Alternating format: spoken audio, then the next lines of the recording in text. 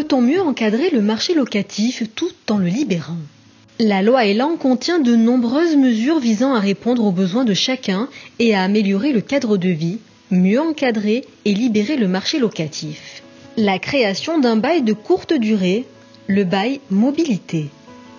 Le bail mobilité doit répondre à des besoins ponctuels de logement, par exemple pour une mutation professionnelle ou pour un stage. C'est un contrat de location de courte durée meublé.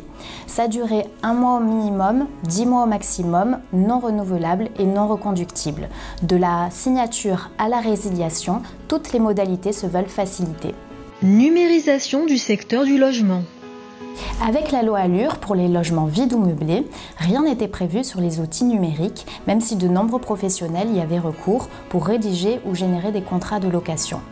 Avec la loi Elan, tous les contrats pourront être dématérialisés. On parle désormais de bail numérique et l'essentiel de la communication avec les locataires pourra être faite de façon dématérialisée, sauf si l'une des parties vient à s'y opposer de façon formelle. Encadrement des loyers. La loi Allure avait créé un dispositif d'encadrement des loyers dans les zones tendues sur 28 agglomérations.